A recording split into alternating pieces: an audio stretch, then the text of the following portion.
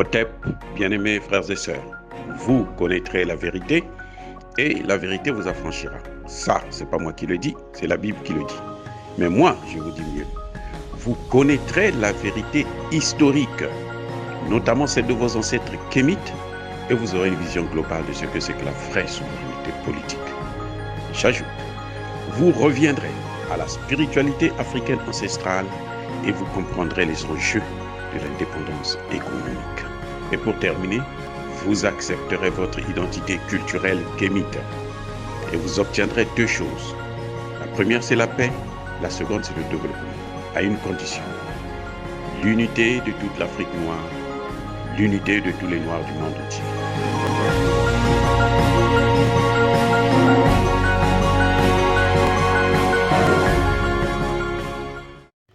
Otep à tous, bienvenue sur la chaîne des panafricanistes par essence, par conviction et par excellence. Celle des citoyens kémites par nécessité et obligation de combat. Nous sommes une chaîne qui n'est guidée que par nos ancêtres et rien que par les ancêtres qui appartiennent à l'égrégore du monde noir. Par conséquent, nous ne croyons en aucun Dieu venu de l'étranger. Toutefois, cette vidéo n'est aucunement destinée à inciter ni à la haine, ni à la violence, car nous menons un combat qui est d'abord et avant tout spirituel, ensuite il est politique, géopolitique et géostratégique, contre l'impérialisme, le colonialisme, le néocolonialisme et l'endocolonat, sur la base du principe fondamental que nous avons hérité de nos ancêtres kémites, qui est celui de la Mahat, c'est-à-dire vérité et justice. Vous êtes donc en droit de connaître la vérité, et nous avons l'obligation de vous dire la vérité, rien que la vérité, afin que justice soit rendue au continent africain. Ça, c'est notre modeste contribution dans cette noble lutte en faveur de la souveraineté, la dignité et l'unité africaine. Et ça, c'est ce qu'on appelle le panafricanisme. Bien-aimés frères et sœurs, nous allons parler aujourd'hui de la guerre entre le Mali et la France, entre l'Afrique et la France. Depuis quelques années, depuis qu'il y a eu le coup d'État de Assimi Goïta au Mali, la France a décidé de mener la guerre aux autorités de la transition malienne. Et nous voyons malheureusement que la France est soutenue par tous les pays européens. Lorsque le Mali a expulsé l'ambassadeur de France, tous les pays européens ont condamné cette action. Aucun pays européen n'a condamné la France, ne serait-ce que verbalement, parce que la France avait 2 ans avant expulsé l'ambassadeur du Mali pour avoir dit la vérité, rien que la vérité. Et nous sommes surpris. On a vu aussi, lorsque le Mali a expulsé, a fermé, interdit donc les chaînes de télévision et de radio de télévision françaises, RFI, France 24 et autres, eh bien, les pays européens ont condamné, au même titre que la France. Mais lorsque ces relais de la diplomatie française incitent les gens à la guerre civile, à la désinformation et autres, les pays européens ne s'inquiètent pas du tout. Et on a vu, par contre, en Ukraine, lorsque la Russie engage son opération militaire en Ukraine, en 3 mois seulement, 4 mois, 3 mois, que, voyons-nous, eh bien, la France, les pays, l'Europe, l'Union européenne, les États-Unis ont déversé près de 64 milliards de dollars. Alors que le Mali, dans la lutte contre le terrorisme, lorsque la France vient pour les aider, la France occupe 80% du territoire et elle exploite les matières premières. Et c'est avec cet argent-là, des matières premières-là, qu'elle a exploité, qu'elle a volé, qu'elle a pris gratuitement en Afrique et au Mali notamment, c'est avec cet argent qu'elle soutient la guerre en Ukraine. Et nous sommes surpris de voir, nous sommes scandalisés quand on voit que l'Union africaine se réunit. L'Union africaine veut parler des questions, des transitions anticonstitutionnelles et de la lutte contre le terrorisme. Elle ne parle pas de ces faits. Elle ne soutient pas le Mali. Elle abandonne le Mali. Ça, c'est ignoble. Et pourquoi on en est arrivé là? Parce que la majorité des chefs d'État africains sont des parrains de la politique française en Afrique. C'est-à-dire que ce sont des gens que la France a placés là comme des gouverneurs des colonies françaises d'Afrique. Et c'est ça qu'ils sont en fait. C'est pour ça que tout ce que dit la France, tout ce que fait la France, eux, ils valident et soutiennent. Parce que le rôle d'un gouverneur, c'est de soutenir la politique de son président. Le rôle d'un préfet, c'est de soutenir la politique de son gouvernement. Donc c'est ça que nos chefs d'État font. Et aujourd'hui, il y en a un qui se rebelle, ils disent non, ce n'est pas normal. Mais ils ne constatent pas que cette rébellion est en train d'avancer. C'est allé au Burkina Faso, c'est allé en Guinée. Et maintenant, on voit maintenant le sentiment anti-français s'étendre dans la partie anglophone, notamment en Afrique du Sud. Ça veut dire que la situation est grave entre la France et l'Afrique. Ça veut dire qu'il faut maintenant qu'on coupe ce cordon ombilical. Il faut maintenant qu'on arrête de se laisser manipuler et dominer par la France. Et pour ça, l'Afrique a besoin d'être unie, de former un bloc pour pouvoir faire face à cette situation. Mais que voyons-nous? Les Africains sont dispersés. Les Africains se disent, oh non, ça ne nous regarde pas, c'est pas chez nous, c'est chez eux. Les Africains ont oublié que lorsque les Occidentaux ont créé cette coalition contre la Libye, jusqu'à tuer Kadhafi, ils n'avaient rien fait. Et c'est pour ça que depuis là, toute la région du Golfe de Guinée est déstabilisée par des terroristes. Jusque-là, les Africains n'ont pas encore compris. Vous savez, lorsque dans un mariage, lorsque ça devient invivable entre monsieur et madame, la meilleure des choses, c'est de se séparer et que chacun reprenne sa vie avec quelqu'un d'autre. Aucun parent sérieux ne va accepter de voir, par exemple, sa fille est tout le temps tabassée par son mari et continuer à encourager à sa fille de rester dans ce mariage. Il sera obligé parfois de dire à sa fille, ma fille, viens à la maison. Viens rester à la maison. Si tu n'as pas quelqu'un d'autre, j'ai une chambre là, va rester là avec tes enfants. Donc le divorce, c'est vrai que chez nous, en Afrique, c'est très rare.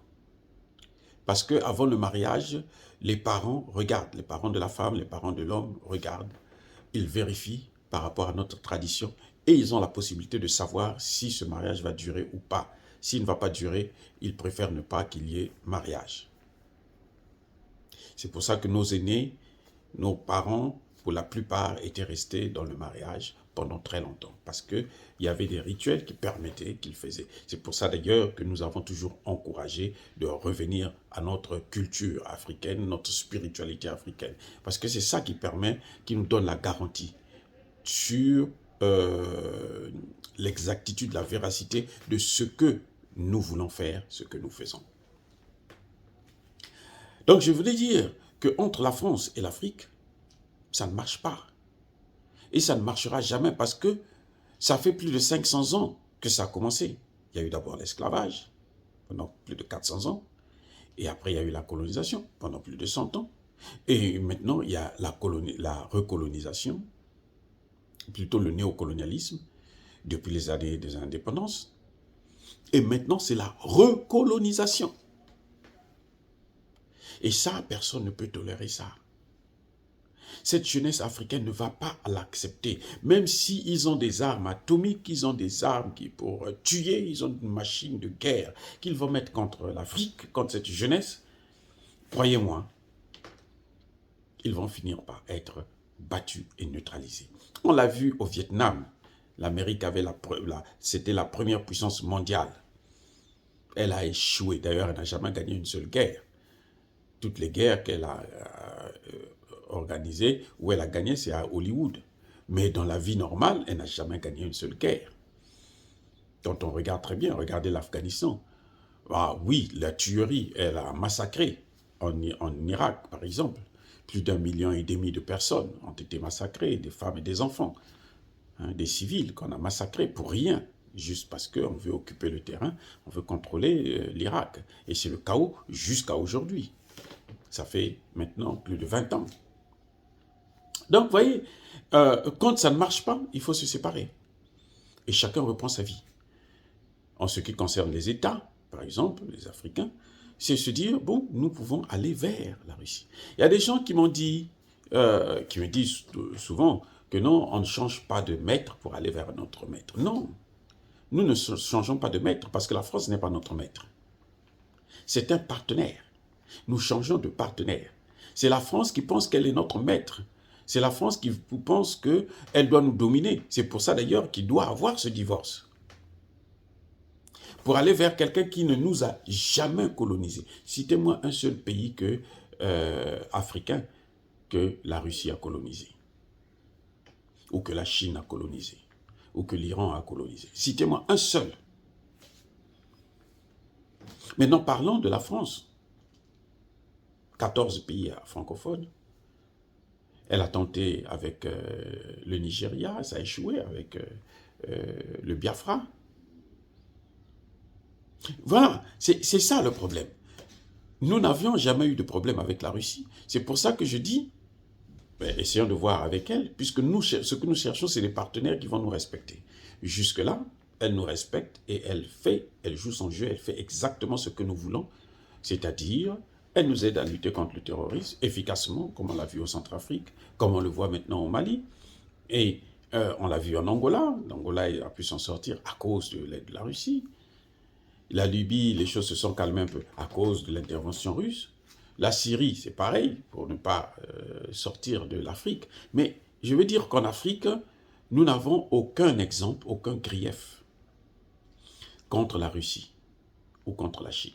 C'est vrai que la Chine, il y a des Chinois qui abusent un peu, et ça, nous sommes capables de contrôler ça et de mettre l'ordre. Hein, il suffit que nos dirigeants puissent arrêter d'être corrompus. Mais ce n'est pas des pays qui nous ont fait du mal comme les Occidentaux l'ont toujours fait. Je dis bien toujours, ils ne nous ont jamais aidés. Je dis bien, ils ne nous ont jamais aidés. C'est clair. Les Occidentaux ne nous ont jamais aidés. Ils nous ont toujours pris pour leurs vaches à lait, leur territoire où on peut aller puiser les matières premières gratuitement. Et c'est ça qu'il faut arrêter. Et pour arrêter ça, nous avons besoin des alliances solides. Lorsque j'ai parlé de la Russie, il y a quelqu'un qui m'a dit « Mais pourquoi quand vous avez quitté la France, vous n'êtes pas parti en Russie, vous êtes allé aux États-Unis » On n'a pas besoin d'aller vivre dans un pays pour penser que la politique de ce pays est une bonne politique. Si c'est ça, alors ne critiquez pas nos autorités qui achètent des maisons, qui viennent déposer leur argent dans des paradis fiscaux en Occident. Ne les critiquez pas, puisque c'est ça ce que vous voulez. Je pars d'un principe selon lequel, lorsque je regarde l'histoire de l'Afrique, on constate que avec les autres, avec ceux qui sont avec nous aujourd'hui, les Occidentaux, nous ne sommes que des esclaves. Ouais. Mais par contre, avec les autres, c'est un partenariat gagnant-gagnant. Et c'est ce que nous voulons. Donc pourquoi ne pas tenter notre chance avec ceux qui nous respectent, qui nous donnent un peu de dignité? Et voyez-vous, lorsque la France a décidé de partir du du Mali. Et lorsque le Mali a expulsé l'ambassadeur français, la France est allée aux Nations Unies pour demander une résolution pour venir faire comme elle a fait en Libye, avec sa coalition occidentale, les Américains et autres qui n'attendent que ça. Vous savez ce qui s'est passé? Si le Mali n'avait pas des accords avec la Russie, aujourd'hui, Assimi Goïta serait mort. Aujourd'hui, le Mali serait déjà recolonisé totalement. Le Mali a toujours acheté des armes en France. Elle a donné de l'argent. La France a pris l'argent et n'a jamais rendu le service. Quand elle rend service, elle rend un mauvais service, c'est-à-dire elle leur donne par exemple des armes en papier, en carton. Le Mali achète des hélicoptères, ces hélicoptères de combat ne sont jamais arrivés. Mais pourtant, ils ont pris l'argent, ils ont dépensé cet argent. La Russie n'a jamais fait ça. Donc, essayons de voir où est notre intérêt. Est-ce que c'est de rester avec des gens qui ne continuent qu'à nous massacrer? Ou bien parce que, bon, on est content de visiter la Tour Eiffel tous les jours, tous les ans? Non. Nous voulons que notre souveraineté soit préservée et que notre dignité soit respectée. Voilà, bien-aimés frères et sœurs, est-ce que dire cela, inciter les Africains à changer de partenaire pour lutter contre le terrorisme et pour opter pour la voie du développement, c'est un crime? Est-ce que c'est inciter à la haine? Non. Nous parlons des faits que nous voyons et nous sommes prêts à débattre avec les autres. Nous sommes une force tranquille. Ya Bakolerve, Ya Malembe. Soyez bénis par le Dieu des Kémites. J'ai dit et j'assume.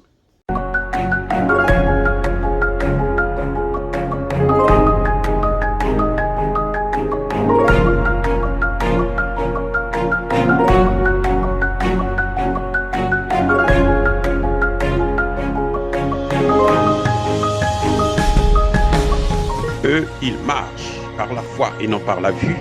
Mais moi, je vous conseille vivement de marcher par la connaissance scientifique et historique, notamment celle de nos ancêtres kémites, par les 5 sens et par l'intelligence. Otep, vive l'Afrique éternelle et que Dieu vous bénisse. Abou Apia.